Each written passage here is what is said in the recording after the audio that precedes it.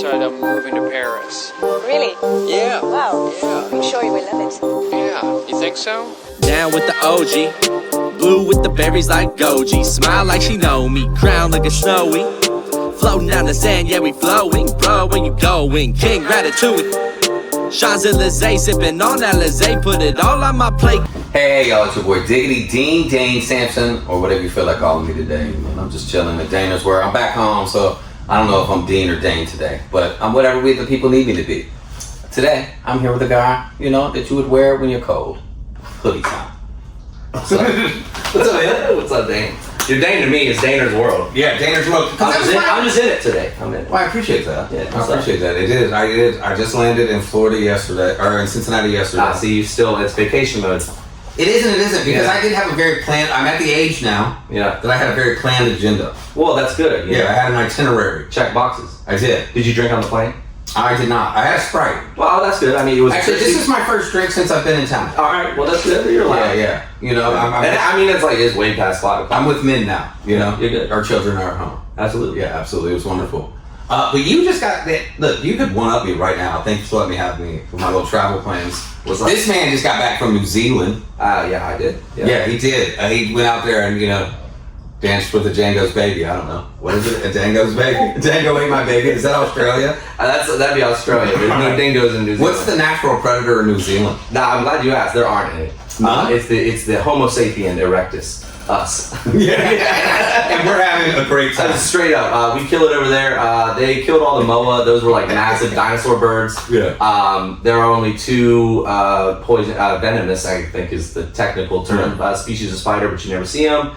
No snakes in New Zealand, just like Ireland, It's like, Ireland. Pied Piper visited there. Exactly. He made his way down in Awaka at some point, so nothing really. And great hunting, great hiking, great fishing. It's kind of like California where you could snowboard, in the morning and catch a nice sunset wave in the same day.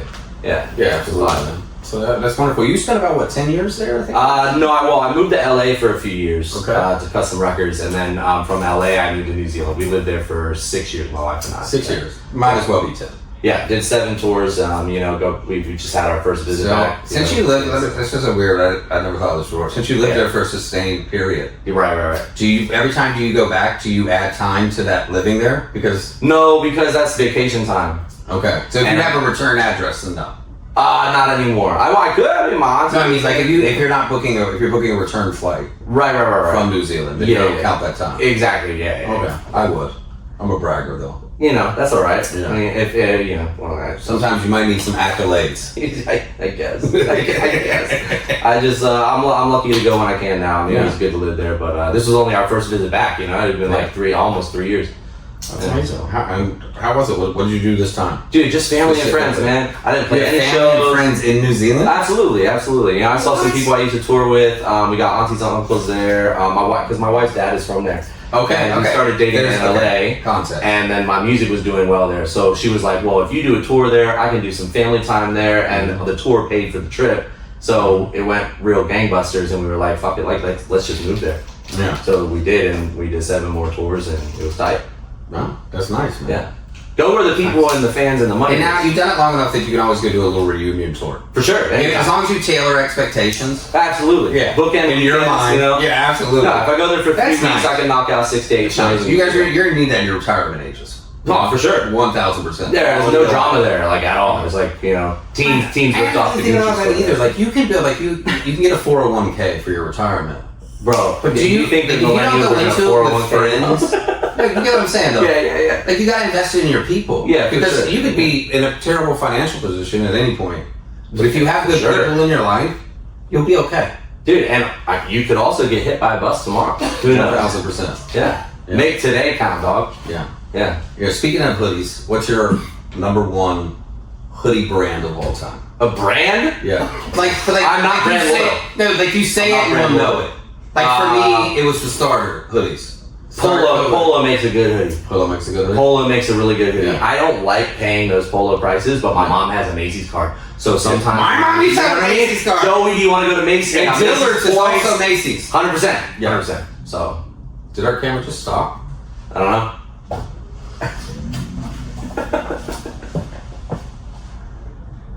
No? Oh, just the light went out? Okay. Cool. Awesome. That is our repause moment of the day. Sponsored by Macy's. Yeah, that is why I call this the interview podcast. Yeah, right. So when I first got, is it an interview or is it a podcast? It's a little bit of both. Yes. It's a conversation, we see where it goes. Because like, I used to have when I first started filming, I would, the first place I ever filmed at was Mad Frog. Oh my God, dude, rest in peace to Mad Frog. Yeah. First place I was ever booked as a solo act, man. Yeah. Like, amazing. What year is it right now? Holy shit, 14 years ago? I was about 5. I caught it at the tail end of my boy Bobby, motherfucking Bobby, love you, but we were at the Ohio Media School and he convinced me. Oh yeah. He was like, Dane, I got a camera. You know how to talk to people. Yeah. I think we could get paid for this. And I was like, and at that time I was very unconfident. I was like, whatever, dude. Nobody's paying to talk to me. Here you are today still. I will take you to places. You stand out, and they'll be like, who the fuck is this guy? You used to chill, now you chill more. Yeah, I chill more. So, and he was correct. You know, we went in there the first night. Shout out to Marvelous Marvin. He let us shut up film there, and you know, about 11:30 midnight when the performance was going down, they were paying us $40-$50 for like 10 minutes to talk to the white boy. Hey man, it was amazing. Yeah. And then I was like, I can do this. That was my come to Jesus moment. Nice. What's yours? Man, I would say I had a real rough and tumble time, like my early 20s, and when I made it back to Cincinnati, like 2010, 11, I started DJing, and it was like when like UK grime, like wobble, like early dubstep, and then the bro step rise, like in 2011 was Skrillex and all that. And like I was one of those kids in high school who loved electronic music, and back then if you liked electronic music in high school, like that early 2000s, you are a nerd, bro. And they let you know. But I stuck with it. I've always liked it. And then, you know, you were the coolest if you could DJ that shit when we were in college. Yeah. So I did frat parties. I think my first like big stuff was Madison Theater had me open up for AWOL Nation, which was real big and a good foot in the door for like real big shows for me. And I did stuff with like Young and Reckless, Robin Biggs brand and whatnot. They did campus parties. And so that was kind of my in, and I started getting that confidence building. I had residencies downtown in Cincinnati for a few years, and you know, did some tour support for people. But DJing turned into rapping. I've always been a writer and a lyricist. Linked up with Samuel Steesmore. Shout out Wade. I know that name. I know that name. He does mostly cover art now. He's an incredible cover artist. He's on my timeline a lot, but I've never personally met him. Oh, great guy. If you can get time with him, it's fantastic time. Set it up, dude. I'll be in town till Wednesday. Wade. Yeah, call Dane. And then, so we had a group called Flowhio. We were only together for 10 months, but our first show was a headliner gig at South by Southwest in Austin. Like one of those, you know, get the call, can you be here? Drove right out there, played the show, drove right back, like just for clout, basically. So we had a real quick rise and then a drop off, and I moved to LA to go solo with hip hop. And that's kind of how Hoodie Time started. Nice. And it's been, you know, up and down. Stick with Hoodie Time. Is that like your security item? Hoodie Time has just been the project where I finally put kind of all the pieces together of what's in my head. You know, I'll admit it, I'm a control freak. A lot of artists are. Yeah. But it's good to link with people who see the vision and understand that you're the captain of the boat, and they help you, and you pay them to help you realize the vision in the way that you know it needs to be done. So Hoodie Time was a step back from winging it, and has been a 10-year non-linear growth pattern of finding new rules to follow, ditching old rules that don't work, doing things the long way, the hard way. You know, I always go back to a quote by Black Elk. Men, much like rivers, grow crooked by following a path of least resistance. And I was never happy, even if I was like playing big shows, when it was just doing things, cutting quarters, simple stuff. Like, could I just DJ? Yes. Would I have more fun building a relationship with a producer, with my wife as a marketer, a designer, a web builder, with you know, and build a team and come up? Exactly. Because you can't build a brand and legacy and whatever that may turn into. You have time to figure that out. But you have to do things for yourself to create value to others if you want to elevate. Exactly, and also bring people into your circle who add value to you and your vision. On the other end of the spectrum, you very much can do those things on your own. And you will not have a lot of close relationships, and it's fine. And in that scenario, what is yours is yours. Right. And that's the inarguable part. But unless you have that is such a grind. It is.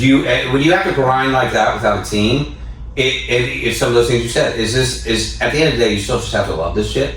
Well, and it's all your money too. Like, well, no label. You don't get time to enjoy it just when you giving grind me like that. Exactly. Like, there's no advance to cut the record. Yeah. It's I gotta grind and pay for this record. I gotta pay. I'm gonna tell you though, right now, buddy. Though that's why I came home. I needed some rest, and I still have work to do. There you go. Because I'm grinding like that right now. Well, it never stops, man. It never stops, and that's the one thing. All right, there's two absolutes in music. It's that people who quit don't make it, obviously. Yeah.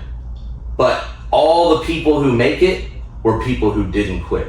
Yeah. You may never quit and not make it in your eyes. Yeah. Also, lower your standards on what make it means. I think I'm at the point. I'm at the point that I'm building a body of work, and I want to talk to artists that are also at that body of work. Yeah. That if I got offered to leave my life today, and not in a sellout way, they're like, "Hey, Dan, we've seen the body of work that you do with the artists that you do, and we want to take this on the road. Mm-hmm. I'm ready tomorrow. Well, Are you ready tomorrow? You have to be. Yeah, but I'm also always building for that because I haven't given up on that being a possibility in my life. Right. And I'm closer than ever, and I'm looking for those to do that, and I'm glad to see you out here grinding. Your rollout was incredible. It was well planned. Appreciate you. It was well planned. Funny shit. It's enough that I think people will give you a chance to listen to you. Yeah. Cool. Yeah. I'm glad And some of those features you have on there, can you tell us about that? Yeah. I mean, like, well, first of all, I'm glad you like the rollout. Just being goofy and myself in the basement. That's one of my new things is just be yourself. I've always been myself, but at the end of the day, like a shtick is not gonna make you. Like paying for crazy features when like that person doesn't even know you is not gonna make you, right? Yeah.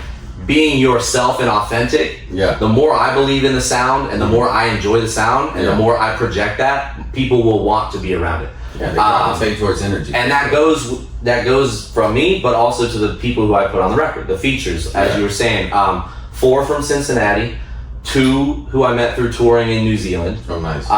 So Cincinnati, we got Swooty Mac is on I. Absolutely killed it. Fantastic booty song. Kanye level Facebooker. Unbelievable. Yeah. Alright.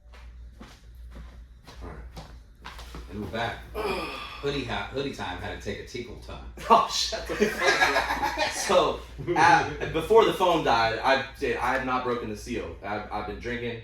I'm not gonna break it until later. Cranberry. Absolutely, 100%. Don't. My personal doctor visits. Anyway, so the features on the record. We were talking about features on the record. Yeah. 4 from Cincinnati. Mm-hmm. Swooty Mac is on I. He's very funny. Funny guy, hilarious verse, killed it.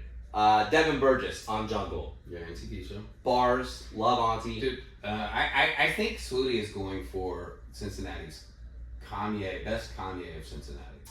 I'll tell you one thing about Swooty. He's more entertaining on the socials than Wendy's Twitter account. Yeah. For sure. But I actually tried to interview him in person, and I loved what he was trying to say, but I just couldn't take him there. Dude, he's Andy Kaufman, and he too. was like, he'll deadpan you, bro. Not why with you, white boy. He will deadpan you. We were just doing the listening party, and I had like, a TED Talk situation set up after we do the listening party, shout out with the artists. He's forcing people to care. Absolutely, 100%. But you know who you can't force to care? Swooty Mac. Yeah. Go ahead. Swooty Mac.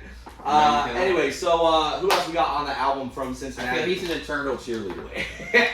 And Swooty did the verse the fastest too. JB Lamage on the title track, Big Heavy Jacket. Yeah. Fantastic, all about baseball. Him and I are big baseball fans, so that track was just obvious. Not a lot of analogies. Yeah, big time. He's got great bars on that track. And then Fame YNO on Two Beignets. I'm gonna take him to New Orleans because he did a New Orleans song with me. And then we got 2 features from my time touring in New Zealand. We got Dev Mode, who now lives in Perth, Western Australia, and Double G, Make a Banger. He's out of Wellington, New Zealand. That's the capital, but he's from Cape Town, South Africa. Mm-hmm. So those guys are on the record on a song called Ram Raid. And that's a banger. It's kind of fusing metal with hip hop. Ram Raids actually started they got big in the pandemic in New Zealand. The youth and honestly a lot of disenfranchised communities, they started doing ram raids, which is when you ram your truck or your ute or whatever into like a Louis Vuitton, do a smash and grab, and hit the marketplace. And it became kind of a big problem. They were like 30, 40 a month at a certain point. And so I decided, let me make a track with my boys who I toured with in New Zealand, and let's do a song that's going to ruffle some feathers, but also put pressure on the government to fund social safety nets, to fund community situations that they're underfunding now to thwart the behavior that stems from the underfunding. So I agree with you, and I want to touch base something that's happening right here in Cincinnati. At home. Okay, so there is one company that's a conglomerate, and I'm gonna give you two programs. I already know. No, I'm gonna give you I'm gonna lead with the good. Yep. And then I'm gonna follow with the ooh. Okay. Yeah, okay. Yep. So 3CDC is obviously a huge city developer here in Cincinnati. Yep. Save Pyatt Park. Yeah. And Save Pyatt Park. But here's the thing. Here's what they before they rolled out that they might buy Pyatt Park. Right. They created a busking program. Okay. For street performers in Cincinnati. Okay. And Jordan Franksman booked, I know a couple others. They're paying $50 an hour for you to just go play music outside. Okay, well that's same on company. Surface level, it's not a bad thing. Same company. But Here's the thing: how many artists will protest and then also accept the money? And are they wrong? Where's the line that they have to take a stand if we want to? Because what Syrian Tribe does there is fantastic, and it's needed. People, it's needed. Is it now? If they offer, what I would force if I was Syrian them. Yeah. Okay, don't say it's Pyatt Park or nothing. Right. Allow them to offer you another space and see if it's adequate. Organizers can always find you take it. I think that's force the city. Force the city. You have to offer a place first. That you have to have cards for sure. That being said, though, there is a clear pattern of moving certain communities outward to benefit the capitalist motions. I understand. Of Motion has to go be. forward, all right? Yeah. It's for us to find the structures to build upon. For sure. Okay? For sure. But don't die on a hill if there is a resolution, is all I'm saying, Cincinnati. If there is a resolution, it doesn't have to be all one way or the other. Also be willing to compromise. That's my plea to you. That being said, monopolies are monopolies. Yeah. Public spaces are public spaces. And community is community. And I'll side with people over profit every time. That's all I'm going to say. Fair. But so I stand behind. All I'm saying is if they're given a resolution, it might even be better. It's also, you got to think location. I hope no one in your camp people just makes it pie or nothing for nostalgia.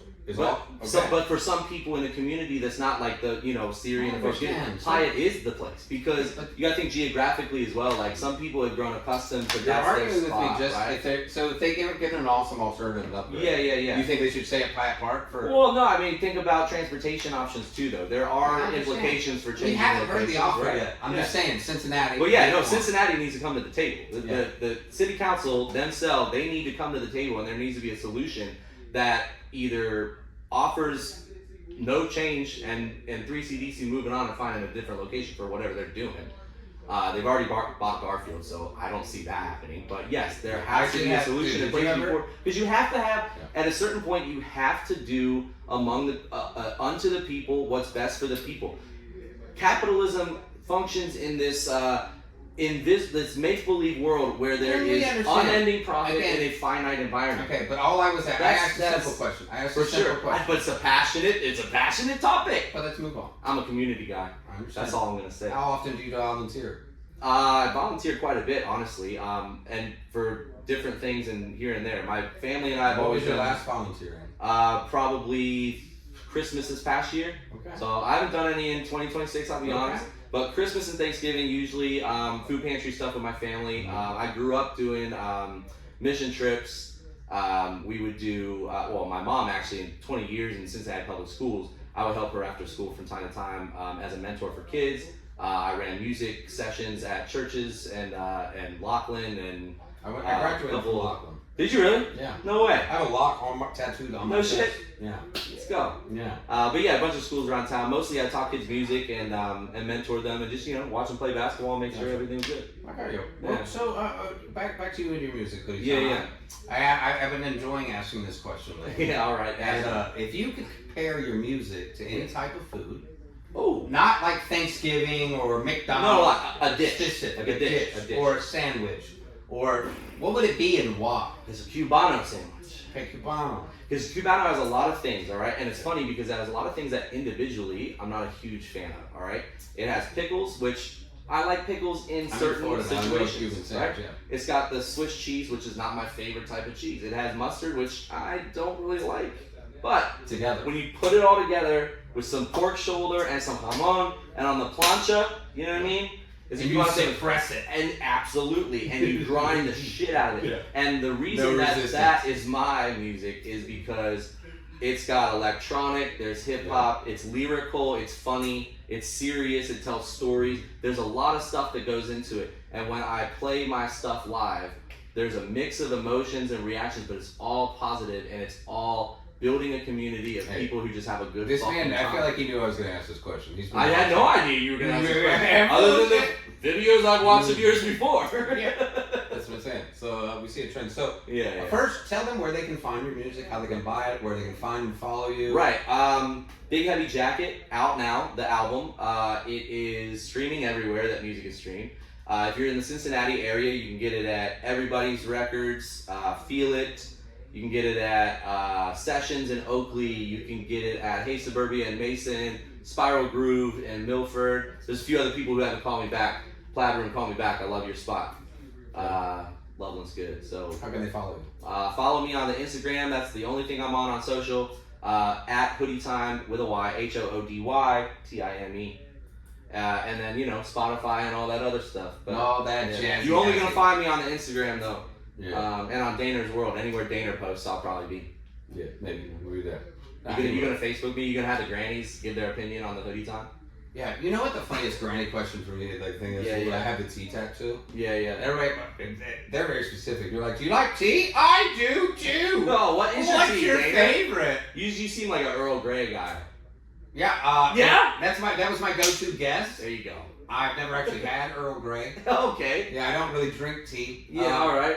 Yeah. But you just spill it. That was my go-to line. Exactly. That was my go. I don't spill it. It's a heavy hand. Yeah, I have elbow problems, guys. That's good. I'm just carrying y'all all Too the much time. tennis, dude. Too much All tennis. the time. Back and forth. Yeah, it is that hand too. I prefer it. For some reason, I already have enough control with this hand. Oh. Anyway, guys. Right. Hoodie Time, and thank you. You brought me one here today. I did. Absolutely. Hoodie Time, available all the places that he said. Right here in Cincinnati, you can call him up, you can follow him, you can DM about him. Dude, I'll meet you at Pyatt Park and sell you a record. Yeah. What's up? Bring you a hot dog. So, I just gotta ask before we end the show, will you sign this for me? Yeah, man. Yeah. I think. And, Do we have one? I don't know. No, I do from Yeah, yesterday. you gotta be able to sign autographs. Look, the man came prepared. This is Diggity Dean Dane Sampson. This is the Interview Podcast 513. We are here at Drop Boy Labs in Cincinnati, Ohio. This is Hoodie Time. He came through. We had some fun. I told you I came to work, but this is also my vacation. So my vacation is work. So let's do some work. Cincinnati to Florida, whatever. Hoodie, what you got for him? Well, I wrote you a nice little note here. It says Daner's World. I'm just in it. Hoodie Time. There he is. Hoodie Time. There you go. That's a wrap. All right, man. Fantastic. That was good. fun. Appreciate you. I'll put it back in there. Yes. And then the cash up. Lovely. We got political as fuck. I didn't know you were gonna whip out the Pyatt Park. I was like, shit, he's gonna see 3CDC. I know it. But here's the thing: is like, this is still my home. For and sure. now I have the ability to keep up with it. Right.